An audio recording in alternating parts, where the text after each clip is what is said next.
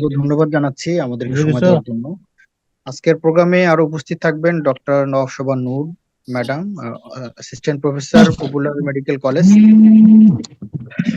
এবং আরো উপস্থিত থাকবেন doctor Ahmad Habibur Rahman, PhD final examining resident, paediatric department of BSMU. আমাদের আজকের যারা পার্টিসিপেট করেছেন প্রোগ্রামে তাদের সবাইকে অসংখ্য ধন্যবাদ জানাচ্ছি আপনাদের মূল্যবান সময় আমাদের এখানে দেওয়ার জন্য।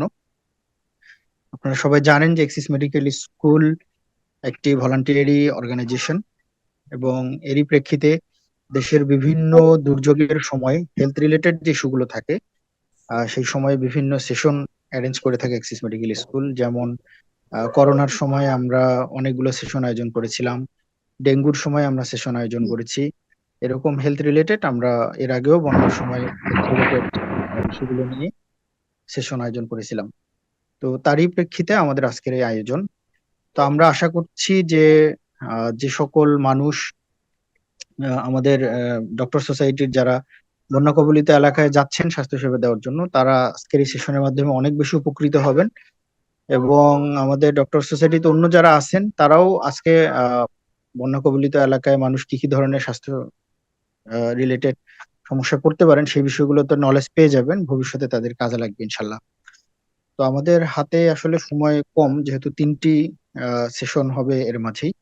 তো আমি চলে যাচ্ছি আমাদের সম্মানিত মেন্টর প্রফেসর ডক্টর বেগম হোসনিয়া ম্যাডামের কাছে আমাদের আজকের সেশনটি শুরু করার জন্য। ধন্যবাদ খুব সুন্দর ইন্ট্রোডাকশন দেওয়ার জন্য। আসসালামু আলাইকুম।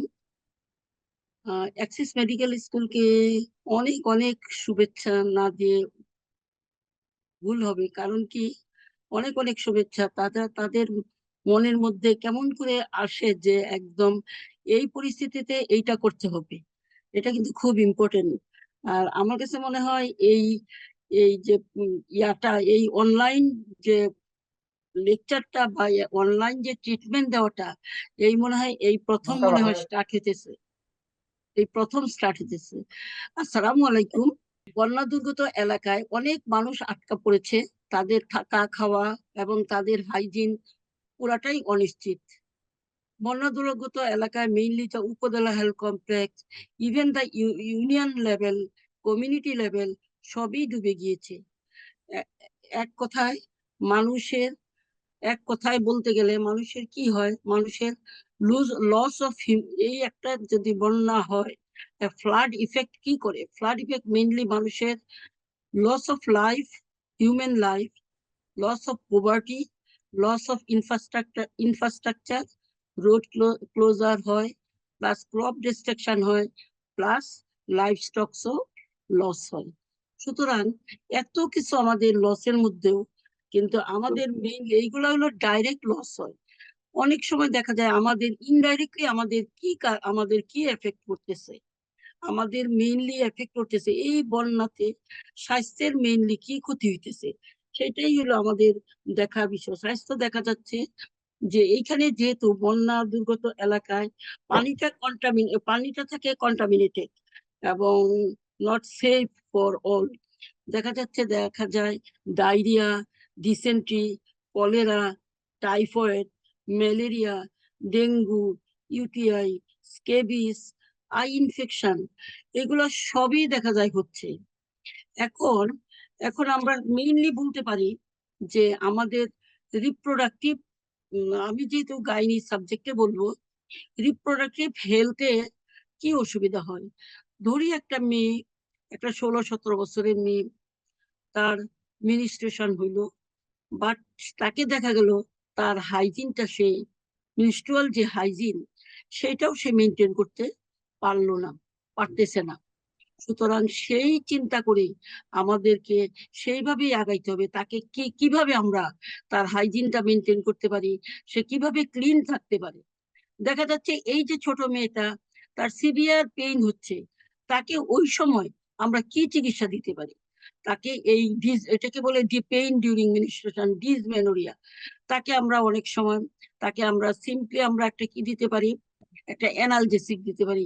অ্যানালজেসিকের মধ্যে আমরা দিতে পারি প্যারাসিটামল দিতে পারি, অথবা ওই যে এলজিন, ভিসেট, এগুলো আমরা তাকে দিয়ে হেল্প করতে পারি এবং তাকে একটু ক্লিন থাকতে, তাকে হাইজিন মেনটেন করার কথা আমরা বলতে পারি।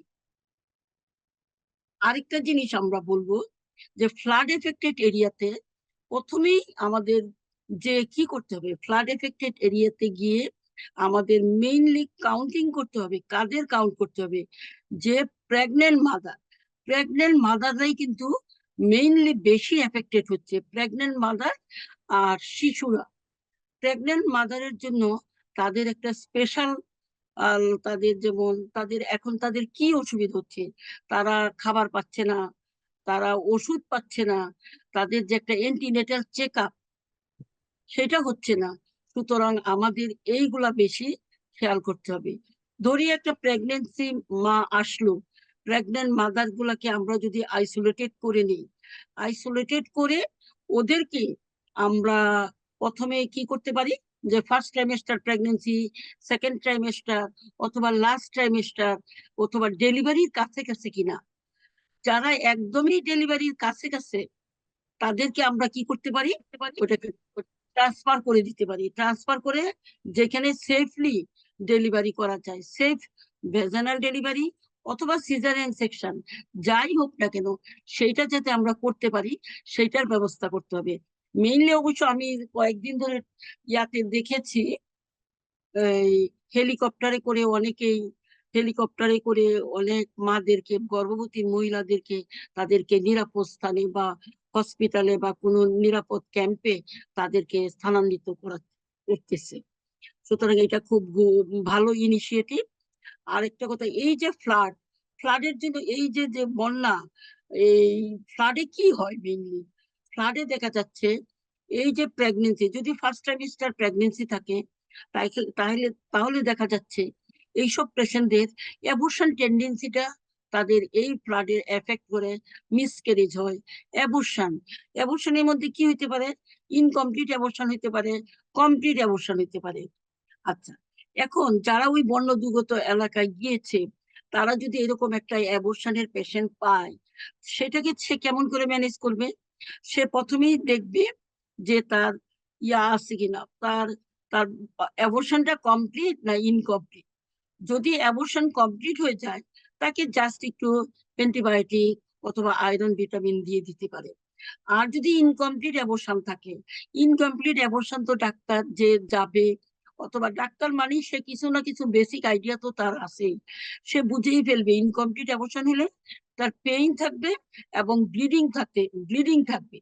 সেই ক্ষেত্রে সে কি করবে, তাকে তাড়াতাড়ি করে যেখানে মানে এর রেফার করবে, অথবা সেফলি যেখানে তার ট্রিটমেন্টটা হয় আশেপাশে উপজেলা হেলথ কমপ্লেক্স অথবা ডিস্ট্রিক্ট লেভেলের যে কোনো একটা হসপিটালে তাকে স্থানান্তরিত করে তাকে ট্রিটমেন্ট দিতে হবে। এই জিনিসটা মনে রাখতে হবে অ্যাবর্শনের ক্ষেত্রে। অনেক সময় দেখা যাচ্ছে যে মিসক্যারেজ, অনেক সময় দেখা যাচ্ছে প্রিটার্ম লেবারে যাচ্ছে পেশেন্ট। এই বন্যাতে কি হয়, বন্যাতে মানুষের এফেক্ট, বন্যা এটা হলো একটা বন্যার এফেক্ট। কি বন্যা হয়, প্রিটার্ম অ্যাবর্শন হইতে পারে, প্রিটার্ম লেবারেও যেতে পারে। এখন প্রিটার্ম লেবারে যদি একটা পেশেন্ট যায়, আমাদের ডাক্তাররা কেমন করে বুঝবে সে যে প্রিটার্ম লেবারে আছে? সে বুঝবে তার লেবারটা যদি বিফোর 37 এর আগে হয়, তখন সে বুঝবে দিতে কেস অফ প্রিটার্ম লেবার মানে তার ব্যথা উঠছে, জরায়ু মুখ খুলে গেছে, এইগুলো তাকে একটু যদি সে বুঝে থাকে, তাকে সেফলি ডেলিভারি করানোর জন্য, তাকে সেফ যেই জায়গায় নর্মাল ডেলিভারি বা সেফ সেন্টার যেখানে আছে, তাকে সেফ সেন্টারে নিয়ে তাকে স্থানান্তর করতে হবে। আবার অনেক সময় যে প্রেগনেন্ট মাদারকে যখন চেক আপে নিয়ে যাবে, চেক আপে নিয়ে গেলে দেখা যাবে অনেক পেশেন্টের প্রেশার বেশি, একলামশিয়া, ওদেরকেও তোমাকে শিফট করে দিতে হবে, ওকেও ট্রান্সফার করে দিতে হবে হায়ার সেন্টারে। এবং আইইউজিআর কেও কিন্তু শিফট করতে হবে। আইইউজিআর মানে কি, যেটা বাচ্চাটা 40 সপ্তাহের বাচ্চা, সেটা হলো 32 সাইজ, সেটাকে বলে আইইউজিআর বাচ্চা। আচ্ছা, আইইউজিআর বাচ্চাটা যেমন 42 উইকস এর বাচ্চা যদি তোমার কাছে মনে হয় যে 32 উইকস এর মতো, তখন তাকে তোমাকে রেফার করে দিতে হবে। কোথায় রেফার করতে হবে? যেখানে টার্সিয়ারি সেন্টার আছে, অথবা বাচ্চার যেখানে ওই যে এনআইসিইউ বা আইসিইউ ফেসিলিটি যেখানে আছে, এনআইসিইউ ফেসিলিটি যেখানে আছে, সেইখানে বাচ্চাকে রেফার করতে হবে। অনেক সময় এই ফ্লাড এফেক্টেড এরিয়াতে কি হয়, অনেক সময় মা মেন্টাল এত সে সাইকোলজিক্যাল ডিপ্রেশন হয়ে যায়, অনেক সময় দেখা যায় স্টিল বাচ্চাটা কি হচ্ছে, আইইউডি হয়ে যায়। সেই বাচ্চাকেও ডেলিভারির জন্য আমাকে সেফ সাইডে পাঠাইতে হবে। তাছাড়া কি করা যায়, পেশেন্টের দেখা যায় যে এরকম করে যদি আমরা, আর এখন তো দেখা যাচ্ছে তোমার উপজেলা উপজেলা ইউনিয়ন ও কমিউনিটি সেন্টার গুলাও তোমার কি হচ্ছে, ডুবে গিয়েছে। কিন্তু ওইসব জায়গা থেকে মেইনলি আমাদের কি করতে হবে, কাউন্টিং করতে হবে, কাউন্টিং করে বের করতে হবে। আর প্রেগনেন্ট পেশেন্টের মেইনলি কি হয়, সাইকোলজিক্যাল ডিসঅর্ডার হয় প্রেগনেন্ট মাদারদের।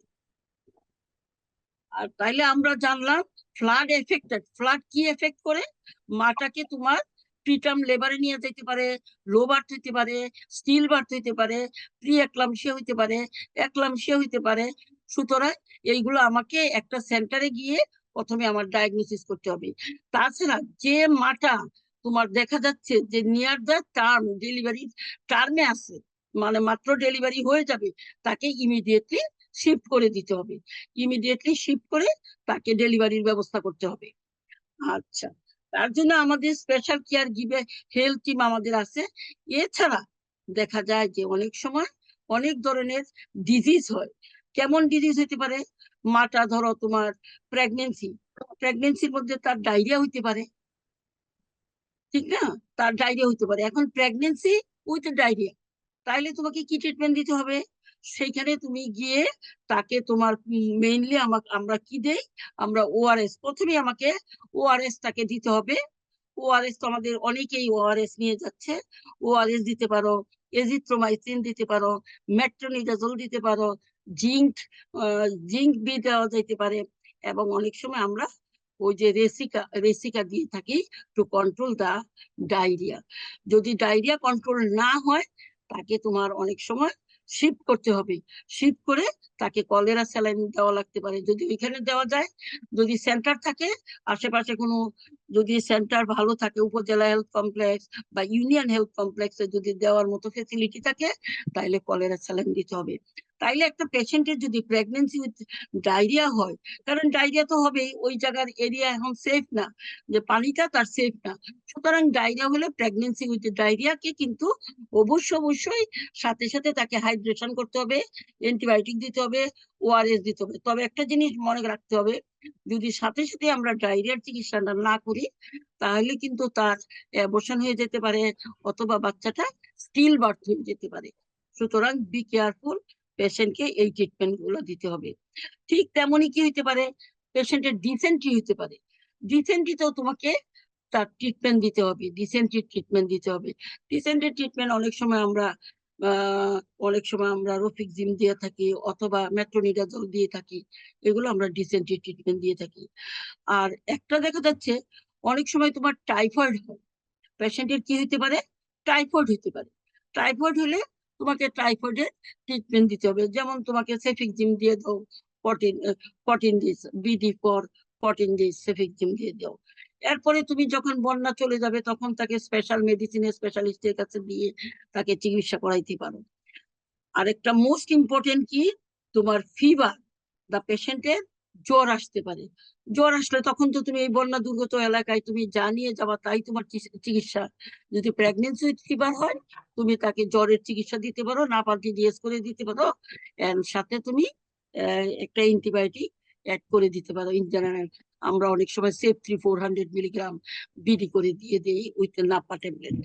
আরেকটা কথা সবচেয়ে বড় ইম্পর্টেন্ট, আরেকটা জিনিস হয় তোমার diarrhoea with hepatitis A infection. Hepatitis A virus থেকে কি হয়, এটা তো তোমার হিপাটাইটিস এ ভাইরাস তোমার, আর ওই যে তোমার কন্টামিনেটেড ফুড এবং আনসেফ পানি থেকে তোমার হিপাটাইটিস ইনফেকশন হয়। সেই হিপাটাইটিস থেকে তার কি হইতে পারে? হিপাটাইটিস থেকে তার জন্ডিস হইতে পারে। যদি হেপাটাইটিস থেকে জন্ডিস হয়, তাকে কিন্তু স্পেশাল কেয়ারের জন্য তাকে হসপিটাল বা মেডিকেল কলেজে তাকে স্থানান্তরিত করতে হবে। তখন কিন্তু প্রেগনেন্সি উইথ হেপাটাইটিস কিন্তু খুব কমপ্লিকেটেড, ইভেন মারাও যেতে পারে। সুতরাং বি কেয়ারফুল, যে পেশেন্টকে ইমিডিয়েটলি শিফট করতে হবে। আর কি হতে পারে? অনেক সময় দেখা যাচ্ছে তোমার প্রেগনেন্সি উইথ ইউটিআই হয়। ওই পেশেন্টের যেহেতু সে আনহাইজেনিক কন্ডিশনে আছে, তার পানি দিয়ে তার পানিতে সবকিছু পানির মধ্যে আছে, তার হাইজিন মেনটেন করতে পারছে না, ঠিক মতো ডেফিকেশন, ঠিক মতো মিকচুরেশন বা হাইজেনিক পানি পাচ্ছে না। সুতরাং এই প্রেগনেন্সি উইথ ইউটিআই খুব কমন। তো প্রেগনেন্সি উইথ ইউটিআই হলে তুমি পেশেন্ট এসে তোমাকে বলবে যে আমার খুব বারে বারে পেশাব ধরতেছে, পেশাবে জ্বালা পোড়া করতেছে। তোমার তো আর ইনভেস্টিগেশন, ওই সময় তার ইনভেস্টিগেশন দেওয়ার মতো তোমার কিছু নাই। তুমি একটা অ্যান্টিবায়োটিক দিয়ে দিতে পারো।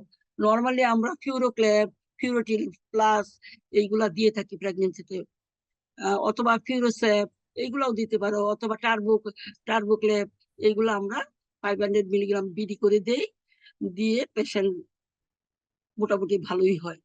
তাইলে আমরা ইউটিআই এবং পেশেন্টকে বলতে হবে যে আপনি বেশি করে পানি খান, বেশি করে পানি খান, হাইজিন মেনটেন করেন, আপনাকে করতে হবে, আর আপনাকে অ্যান্টিবায়োটিকটা খেতে হবে, এটা বলে দিতে হবে। আচ্ছা, এখন আবার কি হয় তোমার, দেখা যাচ্ছে এই স্কিন ডিজিজ খুব কমন হয় এই ফ্লাড এফেক্টেড এরিয়াতে। স্কিন ডিজিজের মধ্যে মেইনলি দেখা যাচ্ছে তোমার স্কেবিস। স্কেবিসটা স্কেবিস হইতে পারে, একজিমা হইতে পারে, সোরিয়াসিস হইতে পারে। তাইলে তোমাকে ডায়াগনোসিস করে, কোনটার কি ডায়াগনোসিস, যদি স্কেবিস হয় অ্যান্টি স্কেবিস স্কেবিস ক্রিম আছে, অ্যান্টি স্কেবিস ক্রিম আছে, সেটা তুমি দিয়ে দাও, সে ভালো হয়ে যাবে। তাছাড়া তোমার কি হয়, এই ফ্লাড এরিয়াতে এনভায়রনমেন্ট পলুটেড হয়ে যায়। সেই এনভায়রনমেন্ট পলুটেডের জন্য তোমার কি হইতে পারে, এনভায়রনমেন্ট পলিউশনের জন্য তোমার কনজাংটিভাইটিস হয়, কনজাংটিভাইটিস হইতে পারে। সেই কনজাংটিভাইটিসের জন্য কনজাংটিভাইটিসের আইয়ের সাদা ট্রিটমেন্ট দিবে, অথবা তুমি একটা সিম্পল একটা অ্যামক্সিসিলিন বা সিপ্রোসিন আই ড্রপ দিয়ে দিতে পারো। হ্যাঁ, আর বলতে পারো যে চোখটাকে ভালো করে ক্লিন রাখতে, বা চোখটাকে ক্লিন রাখতে কুসুম গরম পানি দিয়ে চোখটাকে ক্লিন রাখতে। আচ্ছা, আই ড্রপ তুমি যে কোনো কনজাংটিভাইটিসের যে কোনো আই ড্রপ দিয়ে দিতে পারো, যে একটা অ্যান্টিবায়োটিক আই ড্রপ দিতে পারো, কিন্তু খুব কনজাংটিভাইটিস হয়। আরেকটা কি হয়, তোমার রেসপিরেটরি ট্র্যাক্ট ইনফেকশন হয়, অ্যাকিউট রেসপিরেটরি ট্র্যাক্ট ইনফেকশন হয় এই ফ্লাডে। এই ফ্লাডে কি হয়, অ্যাকিউট রেসপিরেটরি ট্র্যাক্ট ইনফেকশন হয়। তাহলে কাফ হয়, নিউমোনিয়া হয়। যে কাফ, নিউমোনিয়া, ইয়ারটি এইগুলো যদি হয়, তুমি সেখানে তুমি একটা অ্যান্টিবায়োটিক নিয়ে যাবা, মন্টিয়ার নিয়ে যেতে পারো, অথবা মন্টিন নিয়ে যেতে পারো, অথবা ফ্যাক্সোভ্যানাডিন নিয়ে যেতে পারো, ফ্যাক্সো নিতে পারো, টেলফাস নিতে পারো। এগুলা নিয়ে তুমি তাদেরকে ট্রিটমেন্ট দিতে পারো। আর নিউমোনিয়া হলে তোমার তো ওকে ভর্তি করতে হবে, বা নিউমোনিয়ার জন্য ইনজেক্টেবল অ্যান্টিবায়োটিক লাগবে, এগুলা করতে হবে। তাহলে আমাদের মেইনলি দেখা যাচ্ছে যে আমরা তো মেইনলি ফ্লাডের জন্য তোমার দেখা যাচ্ছে অ্যাবর্শন হয়ে যায়, প্রিটার্ম লেবার হয়ে যায়, লো বার্থ হয়ে যায়, স্টিল বার্থ হয়, অথবা পেশেন্টের পিটি এক্লাম্পসিয়া হইতে পারে। সেইগুলাকে আমরা কি করব, ডায়াগনোসিস করে তাকে আমরা স্পেশাল ট্রিটমেন্ট দিব, বাস। আর যদি তার ডিজিজ ট্রান্সমিশনের মতো, যেমন pregnancy with diarrhoea, pregnancy with dysentery, pregnancy with typhoid fever, hepatitis হয়, সেটার জন্য আমরা আলাদা চিকিৎসা দিব। এখন আমরা কেমন করে এইগুলাকে অ্যাভয়েড করতে পারি? এই যে ডায়রিয়া, ডিসেন্ট্রি বা কনজাংটিভাইটিস, স্কেবিস, এগুলাকে তোমার এনভায়রনমেন্ট, তার মানে এনভায়রনমেন্টটাকে আমাকে করতে হবে, এবং পার্সোনাল হাইজিন এনভায়রনমেন্ট তোমার এনভায়রনমেন্ট ম্যানেজ করতে হবে, এনভায়রনমেন্ট যেন পলিউটেড না থাকে, এনভায়রনমেন্টে যদি কোনো ইনফেকশন না থাকে, এইগুলো আমাকে দেখতে হবে। আর গুড পার্সোনাল হাইজিনটা মেনটেন করতে হবে। ওদেরকে তোমাকে কিছু বলতে হবে যে এইভাবে থাকেন আপনি, পার্সোনাল হাইজিন মেনটেন করতে হবে। এন্ড সেফ ড্রিঙ্কিং ওয়াটার, অনেক ড্রিঙ্কিং ওয়াটার দেখা যাচ্ছে তোমার ত্রাণের সাথে যাচ্ছে, অথবা অনেক সময় পিউরিফায়ার ট্যাবলেট এইগুলাও যাচ্ছে, যেন তারা এইগুলা সঠিকভাবে ইউজ করে সেটাও তোমাকে বলে দিতে হবে। আবার অনেক পেশেন্ট আসে কি নিয়ে আসে, অনেক পেশেন্ট তোমার আসে স্টমাক পেইন নিয়ে, ভমিটিং নিয়ে, ডায়রিয়া নিয়ে, হেডেক নিয়ে, এগুলো তুমি তোমার মতে করে ট্রিটমেন্ট দিতে পারো। রিপ্রোডাক্টিভ হেলথ কিন্তু খুবই একটা ইম্পর্টেন্ট জিনিস। মিনিস্ট্রুয়াল হাইজিনটা আমি তোমাকে বলে দিছি, যেহেতু তখন মানুষের আর ফিজিক্যাল ভায়োলেন্সও কিন্তু মেয়েদের উপরে, প্রেগনেন্ট ওমেনদের উপরে বেশি হয়। তখন যেহেতু তোমার ক্ষুধা দারিদ্র, খাওয়া নাই, তারা খুবই অসহায় অবস্থায় থাকে, তখন দেখা যায় তাদের মধ্যে তোমার ভায়োলেন্সটাও বেশি হয়। তাছাড়া দেখা যাচ্ছে এই ফ্লাড এফেক্টেড এরিয়াতে কিন্তু খুব একটা ইম্পর্টেন্ট জিনিস, আরেকটা ইম্পর্টেন্ট জিনিস হলো ফ্লাড এফেক্টেড এরিয়া তোমার insecurity of the women and girls. সেই ইনসিকিউরিটিটা যেন, insecurity of the women and girls through the, এইটাতে, এটার থেকেও কিন্তু তোমার অনেক ধরনের খারাপ অ্যাক্সিডেন্ট হইতে পারে।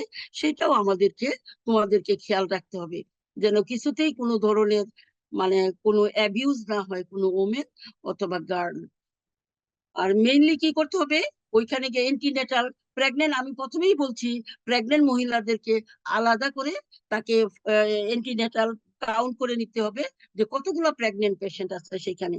সেই প্রেগনেন্ট পেশেন্টই আমাদের বেশি ইম্পর্টেন্ট, কারণ maternal mortality and morbidity and neonatal morbidity and mortality তোমার দেখা যাচ্ছে এই ফ্লাড এফেক্টেড এরিয়াতে খুব বেশি।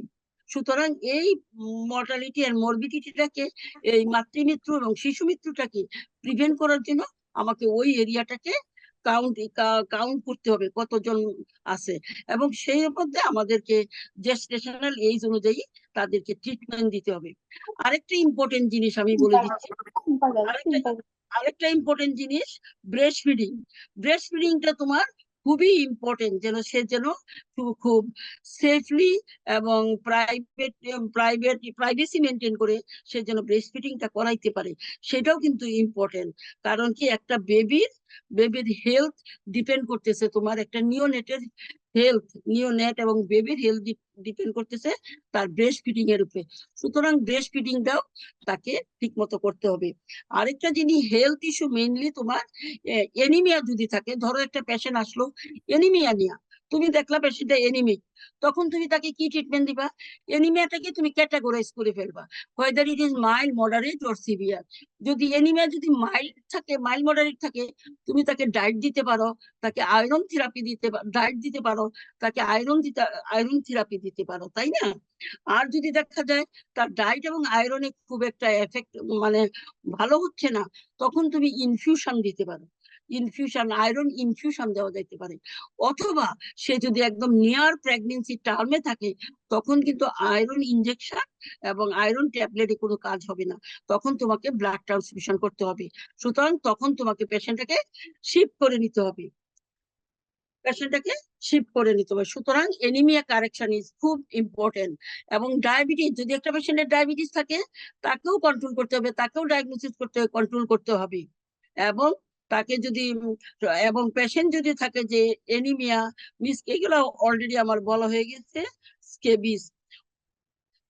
আচ্ছা, ওমেন্স আর মানে মেয়েরা এই ফ্লাড এফেক্টেড এরিয়াতে, মেইনলি ফ্লাড এফেক্টেড এরিয়াতে ওমেন্স আর মোর ভালনারেবল দেন মেল।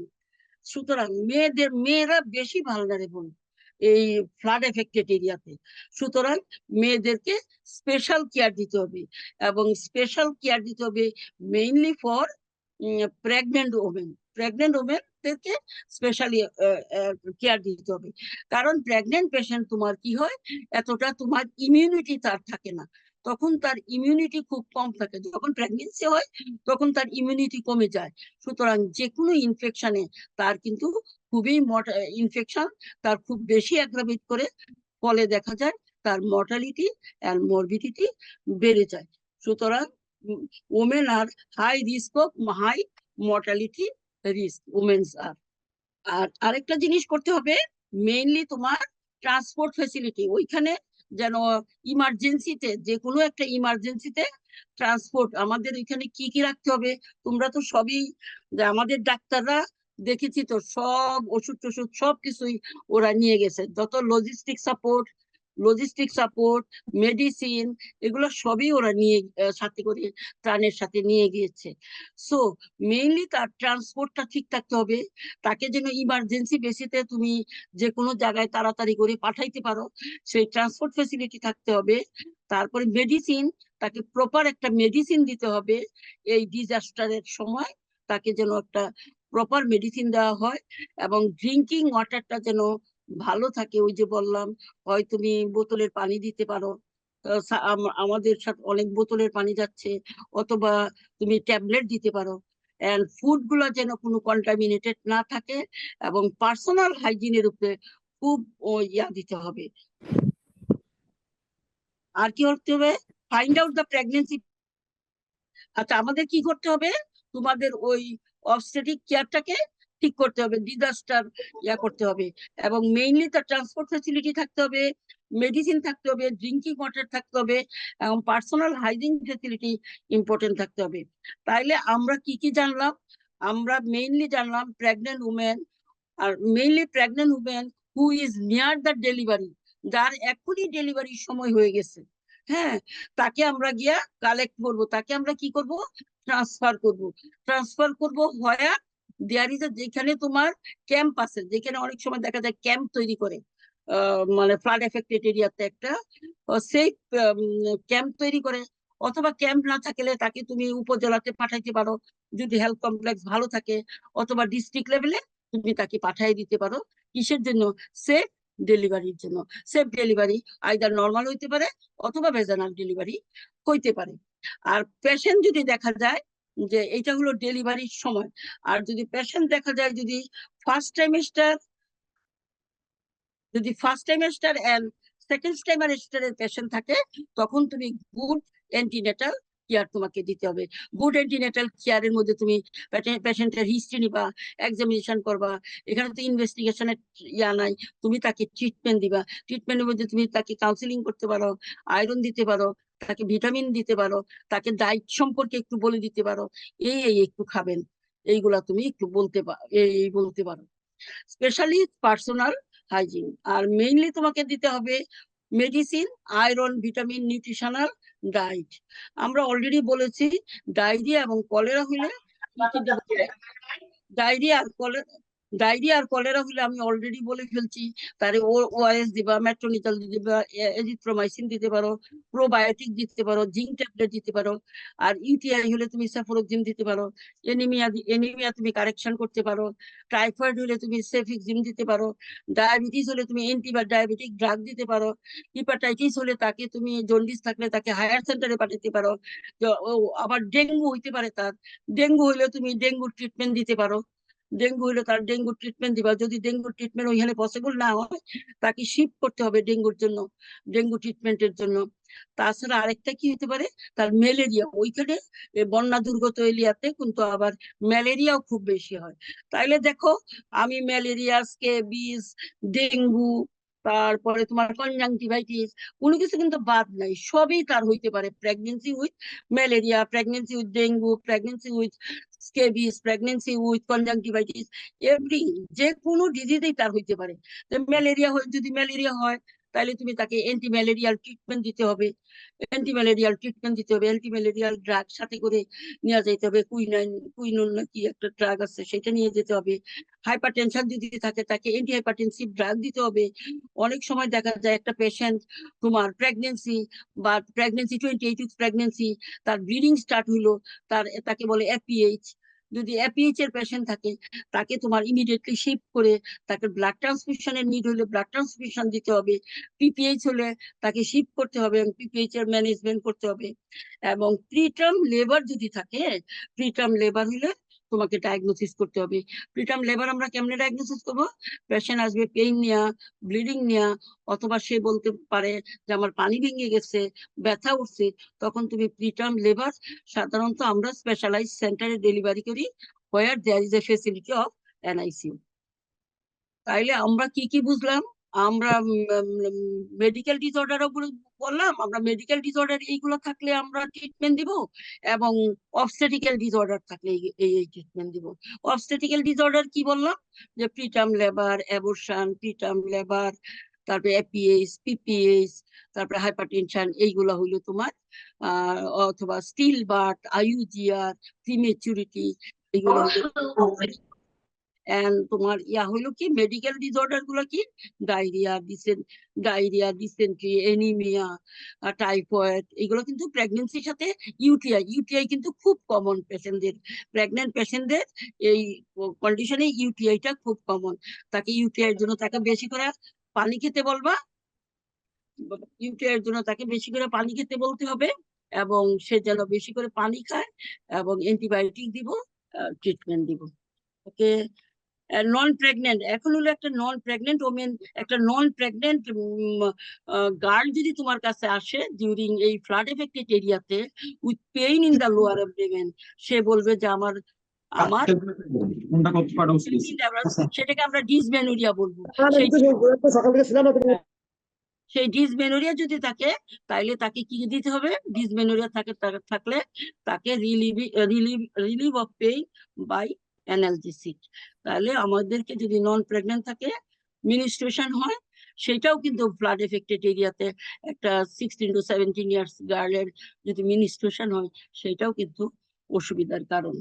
সুতরাং আমরা কিন্তু বি কেয়ারফুলি, আমরা অলওয়েজ কেয়ারফুলি প্রেগনেন্ট পেশেন্টদেরকে আমরা সফটলি, সিম্প্যাথেটিক্যালি এবং এমপ্যাথেটিক্যালি আমরা তাদেরকে হ্যান্ডলিং করব, এবং ভালোভাবে তাদেরকে বুঝাবো, তাদেরকে বলবো যে আপনি এটা করবেন, এটা করবেন না, এটা খাবেন, এইগুলো আমরা তাকে ভালোভাবে, যখন এন্টিনেটালে আসবে, এন্টিনেটালে আসার সময় তার পুরো হিস্ট্রি নিতে হবে, তাকে এক্সামিনেশন করে দেখতে হবে। যদিও এত কিছু করা যাবে না ওই তোমার ফ্লাড এফেক্টেড এরিয়াতে, তার সিমটম গুলো শুনে তার কি অসুবিধা, তার কয় মাস প্রেগনেন্সি, তার কয় মাস ধরে বাচ্চা, কয় মাসের বাচ্চা পেটে, এবং এখন কি অসুবিধা, সেই অনুযায়ী তোমরা তার ট্রিটমেন্ট দিবা।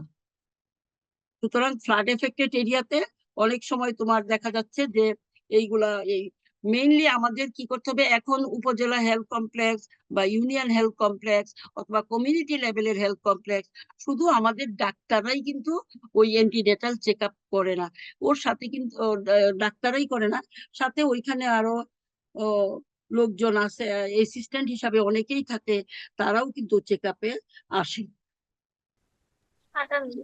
ম্যাডাম, অসংখ্য ধন্যবাদ আপনাকে ম্যাডাম, এত সুন্দর একটা ক্লাস নেওয়ার জন্য।